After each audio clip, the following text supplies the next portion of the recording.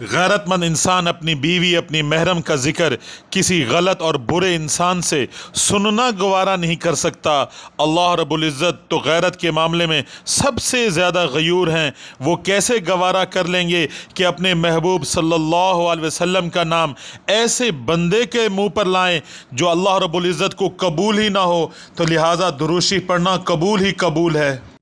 حضور اقدس صلی اللہ علیہ وسلم پر درود شریف پڑھنا صدقے سے بھی افضل ہے، اس لیے کہ صدقہ صرف ایک ایسا فریضہ ہے جو بندوں پر ہے، درود شریف ایسا فریضہ ہے جو بندوں پر فرض ہونے کے علاوہ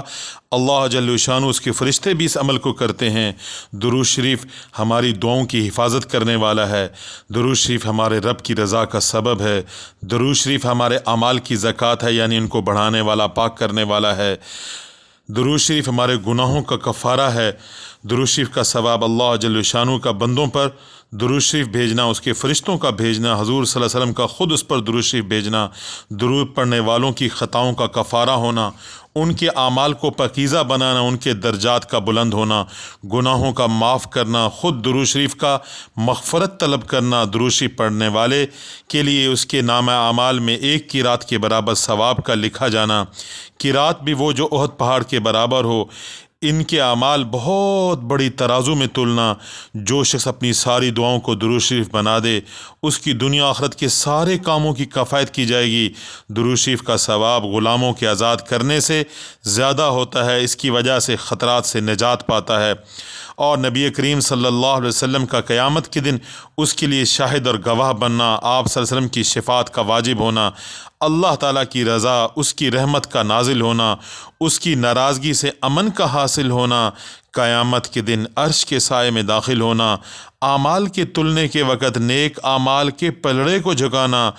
حوض کوثر پر حاضری کا نصیب ہونا، قیامت کے دن پیاس سے امن نصیب ہونا، جہنم کی آگ سے خلاصی نصیب ہونا، پل صراط پر سہولت سے گزر جانا، مرنے سے پہلے اپنے مقرب ٹھکانہ جنت میں دیکھ لینا، جنت میں بہت ساری بیویوں کا ملنا، اس کا ثواب 20 جہادوں سے زیادہ ہے۔ نادار کے لیے صدقے کے قائم مقام ہونا، زکوٰۃ درود شریف ہے اور طہارت ہے، اس کی وجہ سے مال میں برکت ہوتی ہے، اس کی برکت سے 100 حاجتیں پوری ہوتی ہیں، بلکہ اس سے بھی زیادہ پوری ہوتی ہیں۔ عبادت ہے اور اعمال میں اللہ کے نزدیک سب سے زیادہ محبوب ہے، مجالس کے لیے زینت ہے، فقر کو اور تنگی معیشت کو دور کرتا ہے، اس کے ذریعے سے اسباب خیر تلاش کیے جاتے ہیں۔ درود شریف پڑھنے والا قیامت کے دن حضور اقدس صلی اللہ علیہ وسلم کے سب سے زیادہ قریب ہوگا،